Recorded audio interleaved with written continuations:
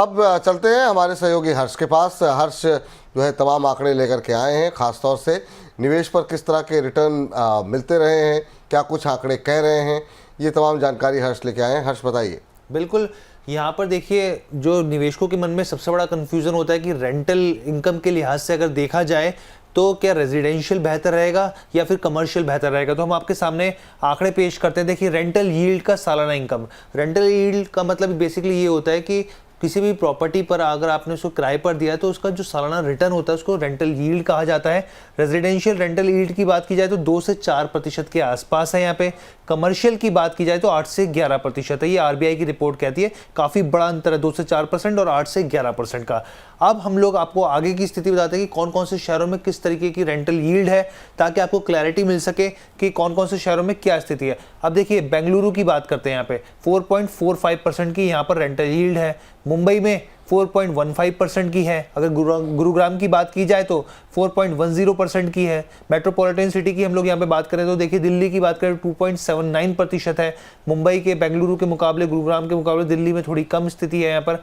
चेन्नई की बात करें 3.10% है। हैदराबाद की बात करें 3.16% है। तो इस हिसाब से अगर आप देखें तो कमर्शियल की जो रिटर्न मिल रहा है यहाँ पर वो ज़्यादा मिल रहा है। लेकिन कमर्शियल में 2-3 चीज़ें बहुत इंपॉर्टेंट है, वो आपको जाननी चाहिए। हम आपको अगली प्लेट में दिखाते हैं ग्राफिक्स के जरिए। एक तो सबसे इंपॉर्टेंट चीज़ है कि आपको बहुत ज़्यादा यहाँ पर जो बेसिकली आप कहें कि हम लोग अगर प्लेट दिखाएंगे तो ताकि आपको और क्लैरिटी मिल सकेगी कि भाई किस तरीके से। एक तो लंबी लीज का यहाँ पर एक फ़र्क पड़ता है कि काफ़ी लंबी लीज का जोखिम रहता है।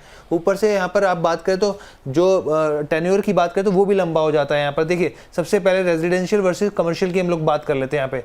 तो इन्वेस्टमेंट बजट का कैसा रहेगा यहाँ पर, तो रेजिडेंशियल में 20 से 80 लाख रुपए, हालांकि आप लग्जरी में मत जाइए, तो 20 से 80 लाख में एक एवरेज आपको घर मिल जाएगा यहाँ पर। कमर्शियल की बात करें तो 50 लाख से लेकर 8 करोड़ के आसपास की स्थिति देखने को मिलती है। अब इन्वेस्टमेंट आपका इतना हो जाएगा रेजिडेंशियल और कमर्शियल में। रेंटल यील्ड कितनी मिल रही है, 2 से लेकर 4% के आसपास रेजिडेंशियल पे मिल रही है। कमर्शियल की बात करें तो 6 से 10% के आसपास, यानी कि इसमें काफी बड़ा डिफरेंस आपको देखने को मिल रहा है। 2 से 4% से बढ़कर ये 6 से 10% के आसपास पहुंचता हुआ दिख रहा है। अब रिस्क फैक्टर कौन से हैं यहाँ पर, देखिए लो यहाँ पर रेजिडेंशियल में रिस्क फैक्टर काफी कम है, लो है, लेकिन कमर्शियल में काफी ज्यादा है। यहाँ पर लोन की बेनिफिट की बात की जाए, आसानी से लोन आपको, होम लोन आपको आसानी से मिल जाएगा, लेकिन जो टेन्योर है यहाँ पर वो भी लंबा रहेगा इसकी बात की जाए तो। लेकिन कमर्शियल की बात करें तो डाउन पेमेंट जो आपको बहुत जल्दी जो डाउन पेमेंट होगा काफ़ी ज़्यादा हाई होगा। ऊपर से आपको कम अवधि के लिए लोन मिलेगा। जैसे यहाँ पर अगर आप बात करें इसमें अगर आप बात करें रेजिडेंशियल में तो आपको लंबी अवधि के लिए लोन मिल जाता है, कम डाउन पेमेंट के हिसाब से हो जाता है, लेकिन यहाँ पे एकदम उल्टा होता है यहाँ पर। इसके अलावा लिक्विडिटी की बात करें तो रेजिडेंशियल आसानी से उसकी बिक्री हो जाती है, आसानी से आप बेच सकते हैं उसको। वहीं दूसरी और कमर्शियल की बात करें तो सेलिंग की जो स्थिति हो जाती है, अगर आप उसको बेचना चाहते हैं तो उसके लिए एक लंबा वक्त देखने को मिल सकता है। तो ये ओवरऑल पैरामीटर्स हैं। जब भी आप रेंटल इनकम की बात करें तो इन दोनों में आप डिफरेंस ये देख सकते हैं। बिल्कुल सही कहा आपने। और अभी तक हर्ष ने जो बताया उससे उसका जो सार है, उसका जो लब्बो लुआब है, वो ये निकल करके आता है कि अगर आपका रिस्क आप कम लेना चाहते हैं तो आप रेजिडेंशियल प्रॉपर्टी आपके लिए ज़्यादा बेहतर ऑप्शन दिखाई दे रहा है।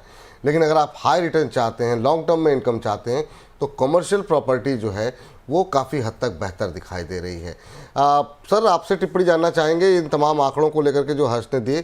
क्या ये सही बात है कि अगर आप कमर्शियल प्रॉपर्टी में जा रहे हैं तो थोड़ा सा रिस्क एपेटाइट आपका ज़्यादा होना चाहिए? आपकी टिप्पणी क्या होगी इन तमाम आंकड़ों को देखने के बाद? बिल्कुल काफी सही आंकड़े थे।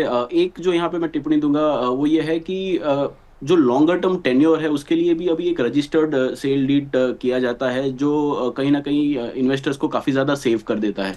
तो अगर आप ये रजिस्टर्ड सेल डीड के साथ जाते हो तो वो मैं तो एक समझता हूँ कि एक मुनाफा हो जाता है, क्योंकि आपका जो क्लाइंट है वो आपको 6 साल के लिए या फिर 10 साल के लिए जो भी आपका टेन्योर है तब तक आपको फिक्स वहाँ पे किराया मिलता रहेगा। आपको दूसरे टेनेंट को यहाँ पे ढूंढने भी नहीं जाना पड़ेगा, और क्योंकि ये रजिस्टर्ड एग्रीमेंट है तो आप वहाँ पे काफ़ी ज़्यादा सेफ भी हो। तो बाकी जो आंकड़े दिखाए मैं समझता हूँ कि वो काफ़ी सही थे, और बिटवीन द टू कमर्शियल कहीं ना कहीं थोड़ा सा रिस्की है, बट उसके सामने जो रिटर्न निकल के आते हैं वो भी ज़्यादा बेहतरीन है। ठीक। हर्ष, बहुत बहुत शुक्रिया आपका, धन्यवाद आपका आज की इस चर्चा में जुड़ने के लिए। सर, आपका शुक्रिया करें उससे पहले आपसे ये जानना चाहेंगे चलते चलते, कमर्शियल या रेजिडेंशियल कोई भी प्रॉपर्टी चुनते समय अगर कोई हमारे दर्शक हैं जो अभी निवेश करने जा रहे हैं, कौन सी वो 2-3 बातें हैं जिनका मुख्य तौर पे लोगों को ध्यान देना चाहिए, जिसमें कि चूक जो है अक्सर लोग कर जाते हैं?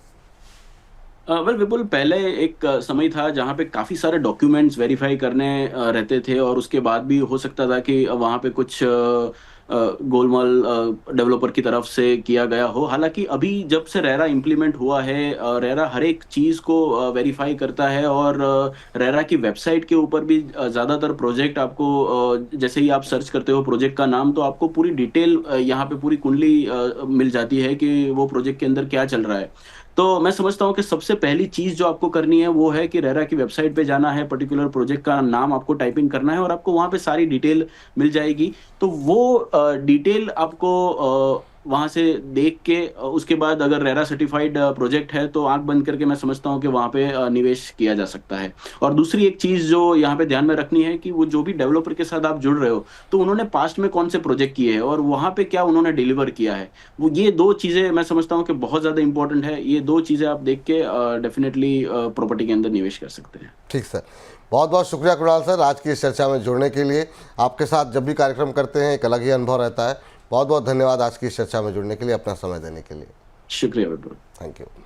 तो आज के कार्यक्रम को समेटने से पहले जो है आपको कुछ आज के कार्यक्रम की मुख्य बातें बता दें कि रेजिडेंशियल प्रॉपर्टी में निवेश सही है अगर आप लो रिस्क इन्वेस्टमेंट चाहते हैं, आपकी इनकम स्टेबल नहीं है और आपको लिक्विडिटी चाहिए। और अगर कमर्शियल प्रॉपर्टी में निवेश किसके लिए सही है? उनके लिए सही है अगर आप हाई इनकम और लॉन्ग टर्म की ग्रोथ चाहते हैं, अगर आपके पास डाउन पेमेंट और रेंटल मैनेजमेंट की स्ट्रेटजी पहले से मौजूद है। तो ये अगर आज की जो बोनस टिप है वो आपको मिल चुकी है। अब कार्यक्रम को समेटने का वक्त हो रहा है।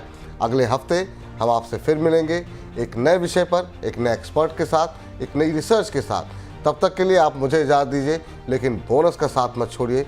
लगातार बोनस के साथ बने रहिए। आपके कोई प्रश्न है, आपकी कोई दुविधा है, कार्यक्रम को लेकर के कोई सुझाव या कोई टिप्पणी है तो कमेंट बॉक्स में जाकर के अपनी टिप्पणियां हमें अवश्य बताएं। आपकी टिप्पणियों का हम विशेष ध्यान रखते हैं और अपने कार्यक्रम को और बेहतर बनाने में आपके सुझाव हमारी मदद करेंगे, तो अपने सुझाव भी हमें भेजते रहें।